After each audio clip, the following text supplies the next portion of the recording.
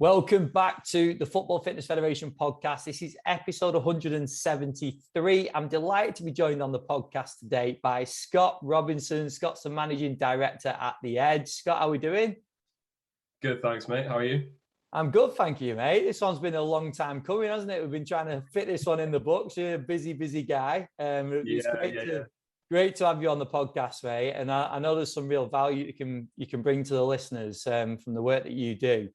But can you just start us off? I've just mentioned about The Edge, but can you give us a little bit of background on yourself, but also the company as well? Yeah, no problems. Well, firstly, congrats on 173 episodes. That's a beast right there. So hopefully I can live up to the quality of the other people who've been on. My background is, I guess it started off quite straightforward in that as a young child, I was really interested in sport. Didn't quite cut it at that level, can't even blame it on an injury or anything like that, just wasn't quite good enough in the football space, and probably dread to think what I'd even be like at five-a-side these days, but yeah, so kind of had an interest there and followed sports science through to like university, and then branched into my master's where I got a little bit more specific in terms of like sports physiology. And during that time, actually, I was really lucky to be mentored by Professor Don McLaren, who at the time was the head of nutrition at Everton Football Club, which I think is what, seeing Don kind of in the trenches, so to speak, at Everton and getting involved in the nitty gritty with that kind of really made me enjoy the nutrition side of things. And yeah, so started practicing as a consultant during that time, worked at a few different football clubs, and then progressed on to do a PhD at the University of Birmingham in exercise metabolism and nutrition with Gareth Wallace, who was an amazing supervisor. And and then continued to work in sport, started to work a little bit in boxing as well, and ultimately ended up setting up my own company, which I never really thought I would do. It was quite a deep dive and a lot of things to be learned, but we're getting there. And yeah, now nowadays we've set up The Edge, which is basically we specialize in personalized nutrition, physiology, metabolism testing for athletes mainly, also kind of like corporate execs, CEOs, youth athletes, but mainly working across elite sport across a range of different sports. And just really lucky to have a good team around me, so it's nice to give opportunities to other practitioners. We've got 2 full-time members of staff, and then also a few consultants as well. So yeah, that's it in a nutshell, I guess. Brilliant, mate. And anyone that's not seen some of the athletes that you're working with, some serious athletes as well, some serious boxers and footballers as well. So some top athletes. So go and check out the website and see some of the athletes that these guys are working with. But I wanted to start by, because we've had a few conversations on the podcast around players seeking out individual work, and it's always been mainly talked about sort of strength conditioning. But I wanted to ask about why you feel players reach out to you for the work that you do on that individual basis. Yes, it's a great question, actually. And I think there's a few kind of like core reasons. And I think that players are now more receptive to nutrition. I think even just looking a few years back, it was pretty novel, pretty new to them. They generally, and through no fault of their own, just thought that, yeah, I eat clean, I eat healthy, and didn't quite realize that there's quite a lot more to it. So I think initially it was just about pointing that out to them and saying, look, we can gain you the competitive advantages by doing X, Y, and Z, and then kind of obviously focusing on the world-class basics and building up from that. So I think players nowadays, because obviously the competition's always been tight, but I think it's getting tighter. And also not just within, what's really interesting actually, what a couple of players have said to me is that they're not just competing against the players on the opposite side of the pitch, but they're also competing against their own team insofar as they're competing for the shirt number. Yeah. So they want to be going above and beyond. They want to be doing additional things to what the players within the club are doing, and ultimately having almost that handheld approach, which is where we can make sure that every base is covered with their nutrition and try and make it as seamless as possible for them. Obviously coaching them through the process so they can become more autonomous, but also kind of doing that groundwork for them, much like their manager or agent might do on the business side of things. If we can relieve that burden from them, and then they can know, rest assured, reassurance, they're firing on all cylinders, every base is covered. If they're injured, if they're ill, whatever it might be, if their schedule changes, we can make sure that everything aligns perfectly, and they can then, reap the rewards of that. So I think individualized support is becoming much more prevalent and popular among players, which is really good to see. And actually, we're not exclusive. We don't exclude ourselves from the club. We actually collaborate really closely with the club nutritionists, who I think have a massive challenge on their hands sometimes, because maybe there's only one of them there. Even if they're full-time, most are part-time, they've got 30 players to look after. And it's so difficult to do. Like I found that when I worked in clubs, no matter how much I was in, it was so hard to offer that level of support. So we like to make sure that we align closely with the clubs, with the nutritionists as well, because ultimately we've got the players' best interests at heart. Yeah, it's very similar to, I suppose, the external practitioner in an S&C scenario as well, isn't it? That practitioners in clubs are doing great jobs, but a lot of the time there's such big numbers that it's hard to really pin down and individualize. I suppose it's a very similar sort of situation. I was going to ask as well, because you've got obviously you've got experience even in different sports like boxing and these sports where the athletes have got to make weight. And probably, like, arguably, I don't know whether this is a correct statement or not, they're going to maybe understand a little bit more about nutrition than footballers have possibly in the past. How do you think the players that you've worked with in terms of footballers have sort of ranked alongside other athletes in terms of their knowledge of nutrition? Yeah, I think to be honest, it's pretty good. I wouldn't say they're too far off the boxers. Everyone's really different, and it all depends upon the kind of surroundings in which they've come through the youth ranks too, if they've been able to have that support before. And I think no matter their starting point or their goal, we can work towards improving that just by understanding the athlete and understanding, where are they at now, what are the core things that we need to focus on, and then just dialing in from there. Really, the boxers are, I would say, are a different breed. You could tell them, dinner's it's never this, by the way, but dinner's a cucumber and a lettuce, an iceberg lettuce. And if you explain to them why it would benefit or how it would help them, they would do it. They're like I probably couldn't say the same for footballers. But the footballers, we're really lucky that we work with some really good ones. They're so professional, and they're also very coachable, which is a major benefit, because that's where we can have the most impact.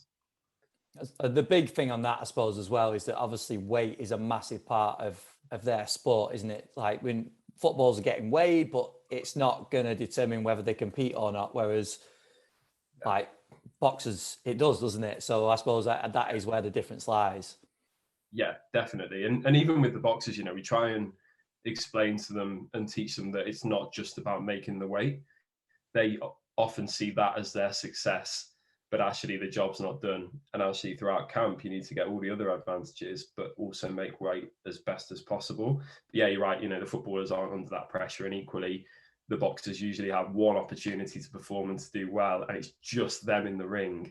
Whereas a footballer obviously competes once, twice a week, maybe can afford a couple more slip-ups without it being so detrimental.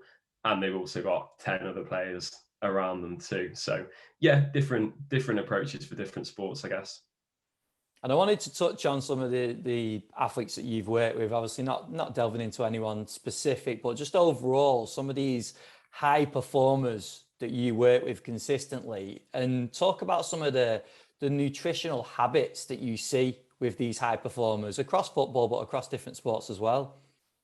Yeah, great question. And I think, the whole habits side of things is really popular at the moment, and rightly so.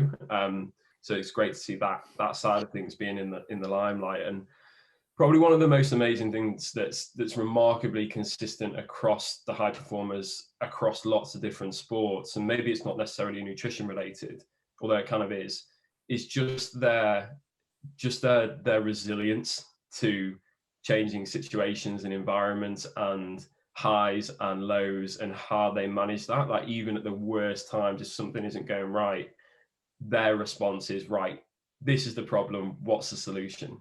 They don't dwell on it. They're just like, right, this is the crappy situation that I'm in, what can I actually do about it, and how do I get myself out of this? So I think that's amazing to see. I think in terms of a nutrition perspective, they're really good at focusing on what's important. And with that, I know I mentioned it before, but just getting the world-class basics right and doing it consistently. It's not particularly sexy. It's not something that will sell products. It's not something that you might sing and shout about on social media, but actually they know relative to their own goals and their training schedules and their competition schedules, what those basics are. And they're just so good at executing them daily. They get into really good structures, really good routines. And then from that, they're able to then build and go to the next level. So we kind of term it like rocks, pebbles, sand. So they focus on the rocks always, then the pebbles, then the sand, the nitty gritty supplements, so to speak. So I'd say that's probably the main one that we see consistently across the high performers. And what about those big rocks for you? I know you said they're not sexy, they're not able to be sold as products or anything, but it might be teaching the listeners to suck eggs a little bit. But what are some of your world-class basics in terms of nutrition? Things like, I mean, the hydration, that people often say like water's a forgotten nutrient, like you can eat really well, but if your hydration isn't on point, that can actually have quite a detrimental effect on recovery, energy, sleep, and obviously your immunity as well. So hydration is a big one that they focus on, and simple things would be waking up in the morning, having a pint of water. That's the first thing they drink, making sure that in their car they have a water bottle or two there just in case, having a water bottle that they carry around with them that they can just sip away at, and then also just making sure that they drink well in and around meals is really key. Understanding like what's required. I mean, James Morton terms this really well in terms of like fueling for the work required. So they're very good at knowing what fuels to put in at the right times and how to kind of build and adapt their plate accordingly. But then also I would say just focusing on that variety of different foods. I think that's so often overlooked, not particularly sexy, but it's so important. And I think we're going to come on to immunity in a bit. It's one of the key things you can do for your immunity is to eat or consume a really good variety of foods, every day of the week. That doesn't mean that your shopping trolley needs to be full of every fruit and veg there is or type of carb, but just mixing it up and having a plan for the week ahead. So they're really good at planning, this is what I'm going to purchase from the supermarket, the shops, do my online order. They get it all in, they're prepared. And actually they find that it makes life much easier when they just get a simple checklist out, which is so powerful. Tick it off. This is what I've got. Here's my week ahead. I'm sorted. Things like that are really, really powerful and really impactful. But just I think they're overlooked quite a lot. Yeah, definitely. And I was reading your, I think it was you that wrote it actually, the blog on your website around like the compound effect and the habits and everything, and how habits can compound over time. And these are the things that it's why it's so important, isn't it? Because the things that players hopefully do every day, but without really realizing the true effect it's having long term. Yeah, it's exactly right. I mean, it's like, for example, if you're walking into a shop and there's someone walking quite close behind you, you open the door for yourself. You just naturally hold it open. Well, if you're good, then you hold it. Some people might not, but like you hold the door open for the person who's close behind you. You don't even think about it twice. You just do it. Or if someone offers something or gives you something or whatever, you just say thanks or please.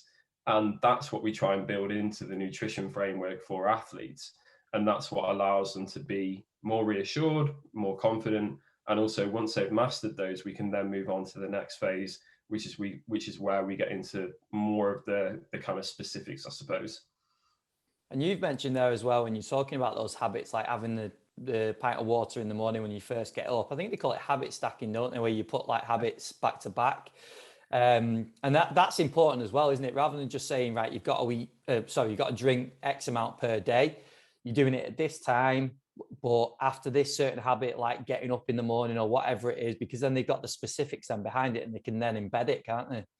Yeah, definitely. And the difficult thing as well is knowing. You can definitely get a good gauge on it, but knowing how much an athlete knowing how much they should drink on a daily basis, and also eat in terms of calories and macros. It's almost impossible for them with everything else that's going on.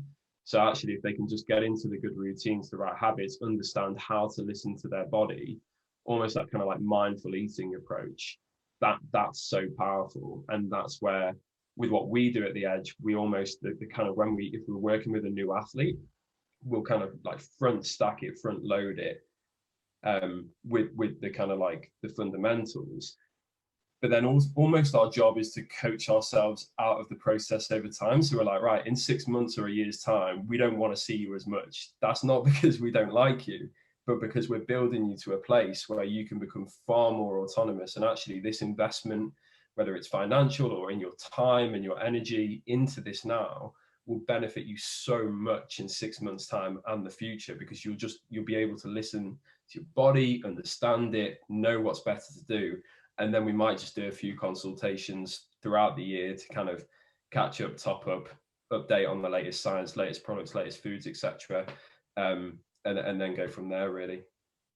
Yeah, and one thing I also love about the stuff that you've put out is where you talked about splitting the day up, splitting the day into quarters. And I think it ties into that a little bit, doesn't it? Because when the athlete or the player has got that knowledge to be able to adapt, like you mentioned at the start, adapting to different sort of circumstances and that resilience to sort of just deal with situations that come up, the splitting into quarters, can you talk us through that in terms of like how you put that into play with players and how that looks?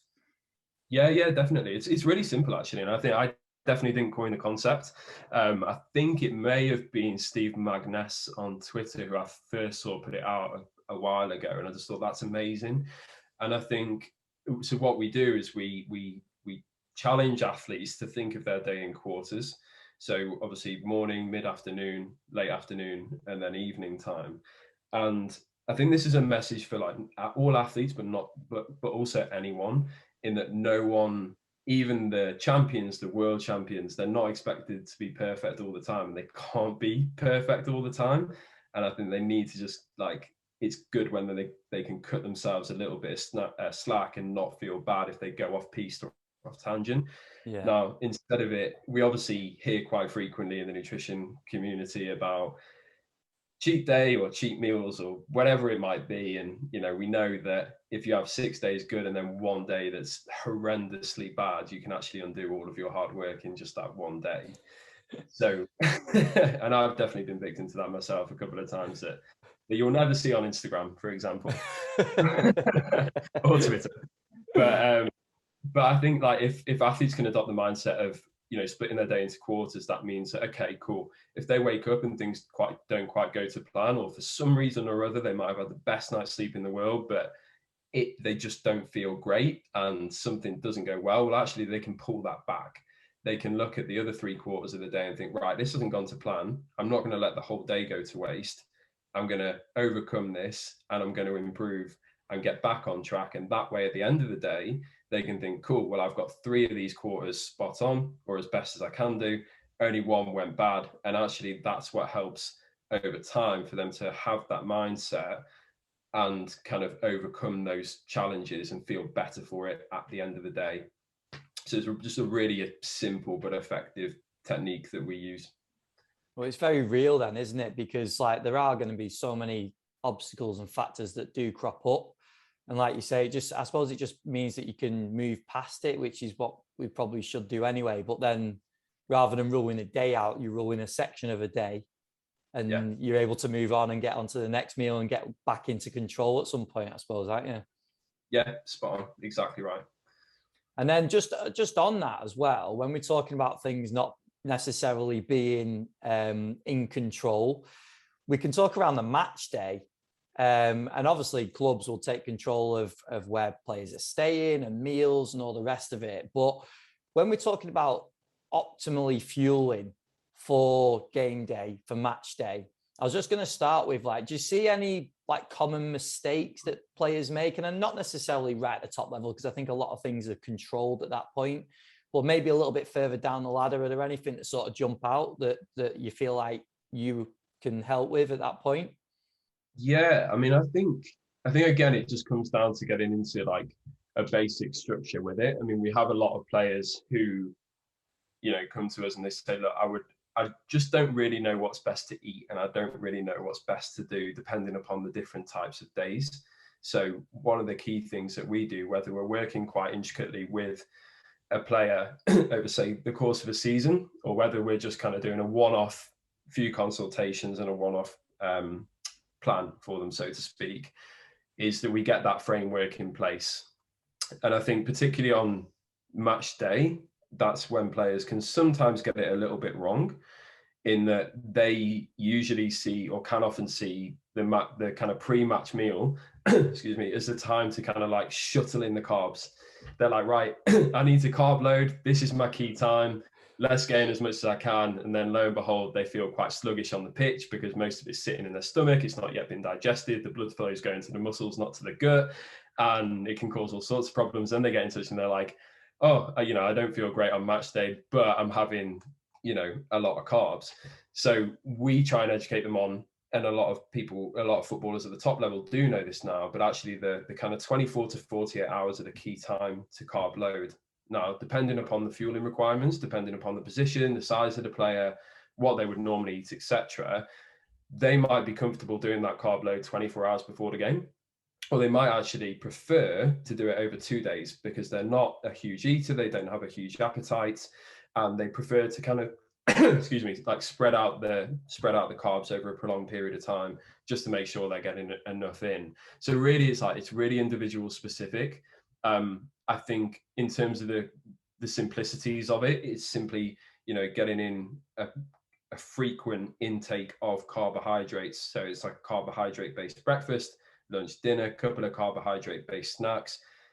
Especially with like the pre-match meal, we tend to reduce vegetables, and particularly the high fiber vegetables such as your carrots, your broccoli, your cauliflower, etc., because it's not really a crucial time to get that in, and it can actually slow the rate of carb absorption and digestion. And the same with kind of like fatty foods as well. We'll tend to take those away. So sometimes players might have a couple of rounds of toast, butter, and some peanut butter on. We might just swap that for something a little bit simpler, whether it's toast, some margarine, and some honey or some jam. So again, it's not particularly appealing, so to speak, in terms of, we're not going to sell loads of books on this and become best published authors. But actually, it's simple stuff that actually has the best impact, and also just working out what the players are actually used to. I think that can sometimes be overlooked in that, we know what's best from a science perspective, but also the players are the athletes. They're the ones who've been in their bodies for 20, 30 years. And it's actually sitting down, and instead of telling them, it's actually having a conversation and just listening to them and saying, look, what do you do? Let's map it out. Let's look at what works well. Let's look at what's the non-negotiables that you're not willing to change at all, i.e. some Nutella before a game. Yeah. The whole placebo psychological effect. And then working with them to actually create that strategy so that they're really happy, they're having the foods that they enjoy, and they actually know what to do if we're on the other end of the phone, but also if we're not on the other end of the phone as well. And you mentioned some of the foods that you sort of lean away from around the game, like the higher fat foods and the sort of higher fiber vegetables. When do they come back in? They come back in straight after? Like, when's the time to put them back in? Yeah, so we typically leave it around about 6 hours. So it might be the meal after a match or a couple of meals after a match. If it's an earlier kickoff, that we tend to keep those out. And then the next day we'll put them in, because it's typically a recovery lighter training day, where, carbohydrate fueling requirements are lower. So we can actually put those back in, which actually benefits also because of, one, the micronutrients, but two, it also helps keep them fuller for longer. That obviously changes if, COVID's not helped with this. If fixtures get cancelled and then all of a sudden they've got 4 games in 9 days, then obviously that's when it changes again. And that's where the coaching process comes in, which is where, well, on match day +1, yeah, it is like this in terms of let's get more veggies in, maybe reduce the carbs a touch, increase more healthy fats. But actually, if you're playing twice in 4 days or twice in 3 days, this is what it should look like, less of a focus. So they know where their nutrition priorities are, depending on how their schedule changes. And is that like one of the key things that you think that you're teaching players, is how to sort of manipulate? Because we hope that players have sort of basic knowledge about what foods we should be having and what are carbs, what are proteins, what are fats and things like that. Is that where you see your role fit in quite key with players? Is that right, this is your week, obviously it's not ideal, you've got 3 games in the week or whatever it is, hardly any rest time, any recovery time, this is how you just need to tweak things? Yeah, it's exactly that. It's, at the start, it's kind of us maybe coaching them how to do it, what's best practice, a little bit of, like back and forth and just reminders and all that side of things. And then all of a sudden it's great because you see almost like that light bulb moment when they start to feel more empowered, more in control. And they're like, yeah, I've got it. I've nailed it. I know what I'm here doing here now. And then they're like, right, what's next? What are we going to move on to next? And they just continue to build across, usually we work with players across a season. So they continue to build those habits and knowledge base across the whole season, which is a really nice moment for us, actually.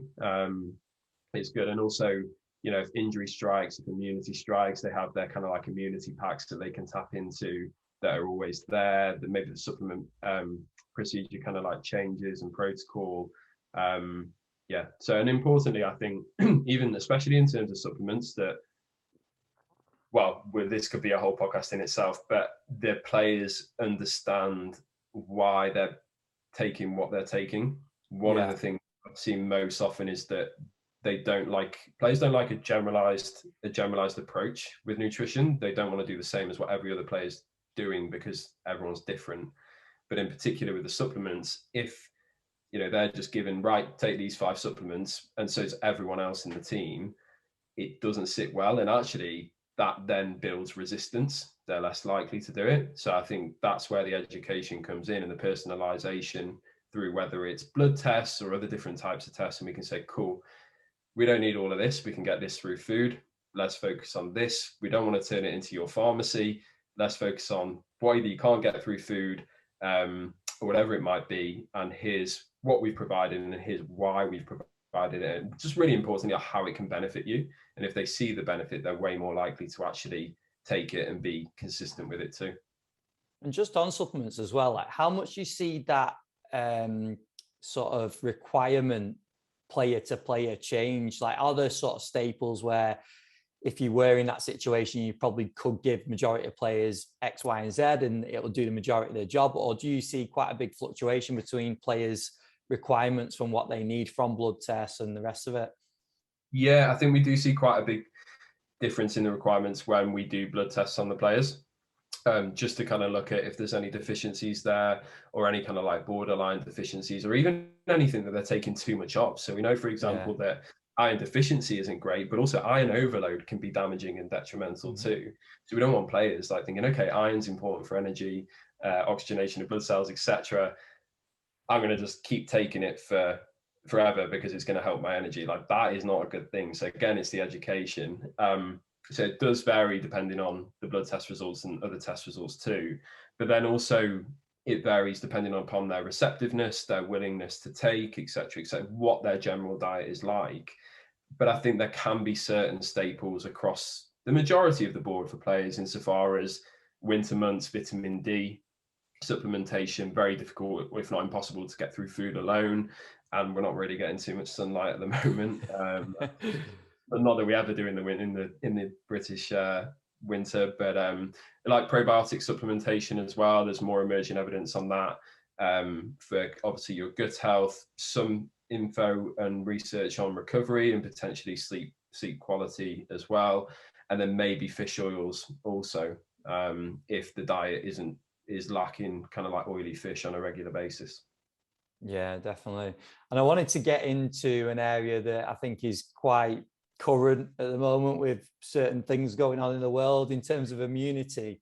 And when we're saying about not being able to sell the world-class basics, boosting immunity is something that probably does sell everywhere, doesn't it? And I saw again another article you guys put out about boosting immunity and basically versus protecting immune health being two different sort of ways of thinking about it, two different things. So can you talk around that a little bit on how we can go about that, and maybe some of the sort of myths that are out there as well that we need to try and ignore? Yeah, for sure. I mean, I think, you walk into any Boots or Holland and Barrett, not to shoot anyone down in particular, but you know, you're just overwhelmed. It's almost like you have choice overload with the immunity products that are out there. And obviously the claims sometimes a lot of the time they're not actually backed up by rigorous, robust science. And again, those basics are kind of forgotten about. I think there isn't, you can't boost your immunity per se, but what you can do is you can protect your immune health. And with that comes, the main things again are keeping well hydrated throughout the day, eating a variety of different foods. I can't emphasize that enough. That variety is key. Fruits, vegetables, different types of grains, protein sources, etc. Again, you're not really going to see that sell on a shelf, except for in a supermarket where you're actually buying the foods. Trying to come back down to earth with your foods as well, I think, is really important. So trying to eat minimally processed foods that aren't, don't have a lot of artificial ingredients in is also really important. But one of the things that we educate the players on and the athletes is, it's okay to have them from time to time. Some of the questions that we get are, for example, is it okay to have Diet Coke? And my follow-up question would be, how many do you have? Yeah. Because it completely depends. And even if they say one, I'm like, yeah, but is it one can or is it 1 2-liter bottle? Yeah. I've learned how to continue to probe on these questions over time. But if it's 1 or 2 cans a week, I don't really think that's a problem. I think that's fine. And actually, it helps to keep them on the straight and narrow throughout the week. If you completely take things away, that's when, the binges can happen, people go off piste, etc., etc. And that's where we use a swimming pool analogy, and we say to athletes, if you imagine all the foods you ate over the course of a year went into a swimming pool, and you eat well 90% of the time or 80% of the time, 10-20% of the time you allow yourself to have the occasional treat, whatever it might be. When you look at it at the end of the year or the end of the month or the end of the quarter, what would you see most of? Can you see that one kind of Coke in there? It's not the be all and end all. So I think that's really important. And in terms of the immune boosting supplements, I think there aren't a great deal out there. I mean, obviously we know that things like zinc acetate is good at reducing the duration of the common cold. So there's certain things that we might throw in if somebody does become ill to further protect their immune health and hopefully speed up that recovery process. So your vitamin C, which obviously you can get from foods as well, is particularly good. Probiotics, also good. And vitamin D, and ensuring that that isn't suboptimal or out of range, and it's within range, is also quite important too. So again, yeah, sorry if it's a little bit boring, but it does again come back to the basics and just trying not to be fooled by the marketing hype, because a lot of the immune boosting supplements are pricey, and people often think, well, actually this is more expensive or higher price, therefore it must be more impactful and more beneficial for me. And it's not the case. And those sort of times when maybe people are run down and they're feeling under the weather, or even obviously we've got COVID in the world now, so immunity is being tested, isn't it, with a lot of people.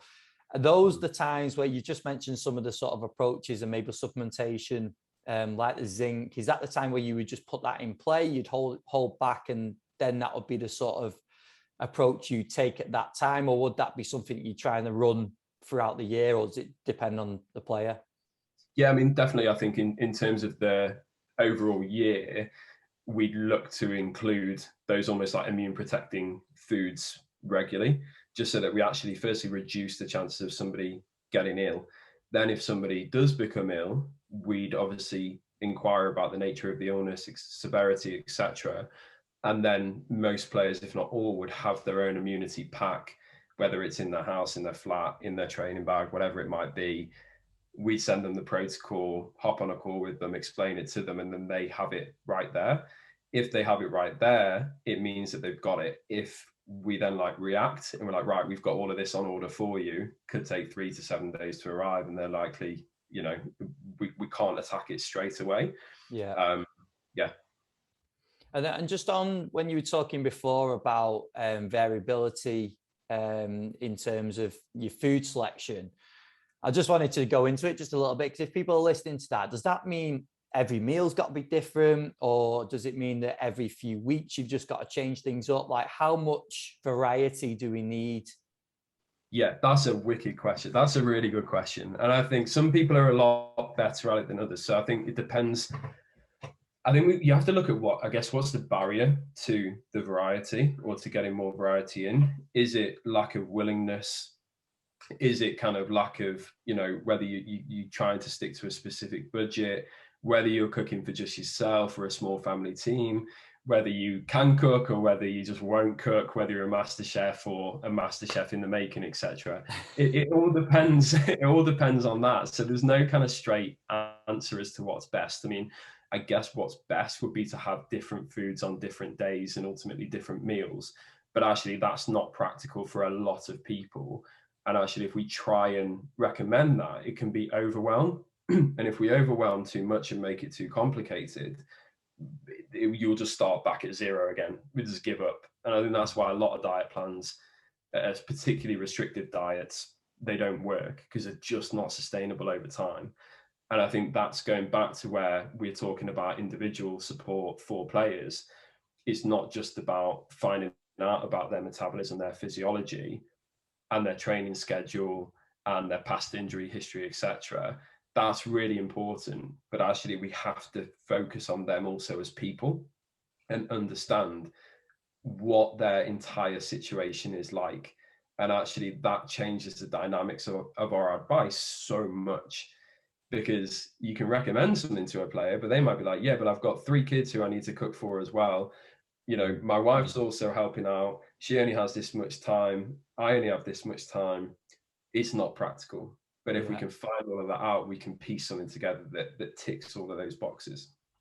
Yeah, no, it's why I love having these conversations with people like yourself, because I think nutrition just gets so people make it so complex, don't they? And they really confuse things. And when people read more and more, I've had a conversation with a friend today and he was completely confused about all sorts of stuff. And I just tried helping him with just some basics. And speaking to you, like when people are listening to hopefully this podcast, they should be listening thinking, these are basics, but are we doing them? And are we putting into play at the right time and making it easy for athletes to understand? And like you say, giving that support where it's needed. I think that's really important, isn't it? To going back to those basics and nailing them. Yeah, I think so. And also, you know, once people, athletes, they start seeing the benefits of it, they actually realize, actually, you know what, eating well, not only is it improving my, you know, my energy levels, how I feel, my sleep quality, things like that, but actually it's improving like my free time. Like it actually frees up time. If you can prep and you can get into a good routine and there's a good structure, it doesn't take up time. It actually frees up time. But it's just that initial investment and that kind of like getting across the line with it, breaking that barrier, that's a little bit tricky, and I can fully understand why. But once you've done it, yeah, that's how you kind of, you know, that's long-term success, really.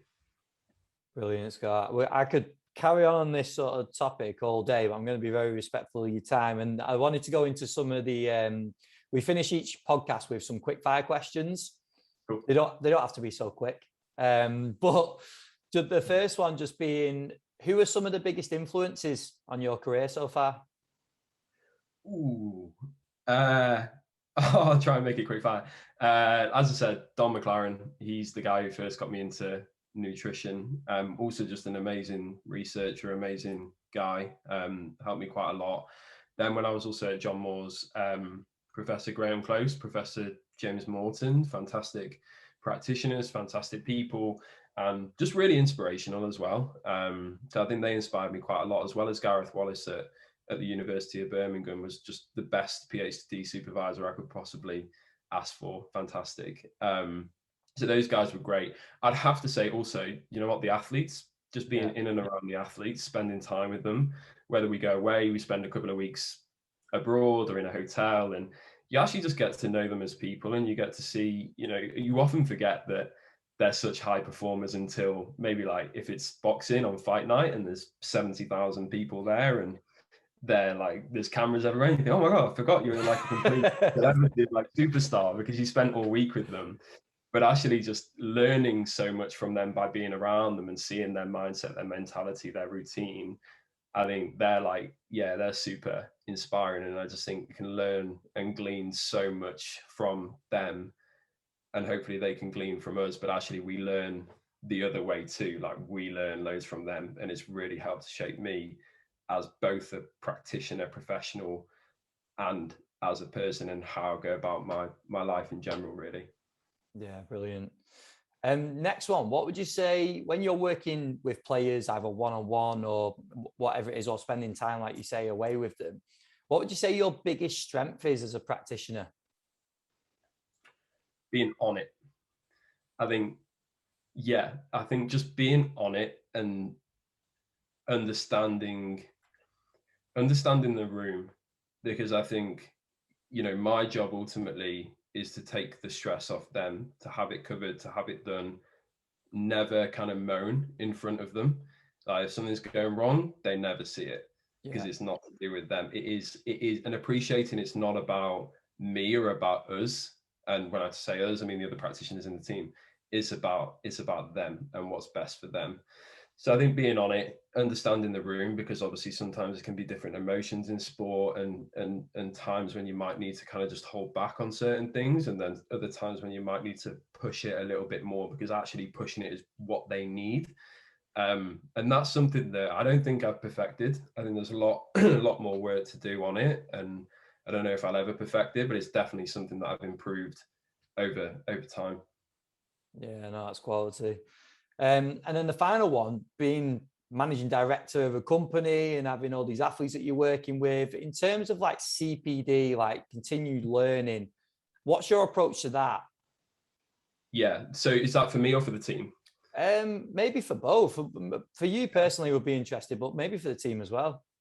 Yeah. So I guess for myself, I feel every day is a CPD. I feel I wear so many different hats within the company, and actually, we've got really lucky. We've got some amazing practitioners within the company who know far more about certain things than I do. So I learn loads from them. Hopefully, they learn bits from me. But also just like wearing different hats. Speaking to whether it's accountants or a legal team or marketing agencies or athletes themselves. I figured that CPD too.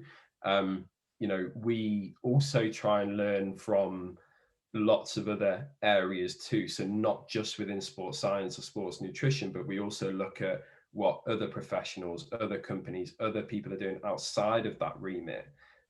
And we glean what's great that they're doing and have those conversations too, because we think we can learn a lot from that we can then bring into our own practice. I mean, there's two. I think everyone's I've just by chance got them here. Everyone's seen the Atomic Habits. I've literally, I'll leave this on my table. We don't get a kickback for this as well. We should probably. We should. Yeah, there's no discount code or anything. But also, Katie Milkman, How to Change, is an amazing book on habit stacking. Dan, who works with us, he kind of recommended that, and that's been a game changer. So yeah, I guess there is a specific strategy within the company for CPD, but often it kind of just happens in the day-to-day running of things, probably without me even realizing sometimes. Yeah, when you're surrounded by good people, it happens in conversations that you don't have to plan, doesn't it? So yeah, that's really important. Scott, this has been quality, mate. I've really enjoyed it. I think we've covered some really good stuff, and obviously a lot of time we're talking around S&C, sports science, and it's great to cover this sort of stuff because I'm really interested in it. So thank you very much for coming on and giving up your time. Just finally, if people want to keep up with the work that you do, but also the company as well, where would you direct them? Yeah, sure. So probably the best place is either our Instagram or our website. So our Instagram is I'm Scott_the Edge, and the Edge account is at the Edge HPL, and then our website is just theedgehpl.com. Perfect, mate. Well, thank you again for your time. Really appreciate it, and all the best going forward. Cheers, Ben. Really enjoyed it. Thanks, mate. All the Thanks, best. mate.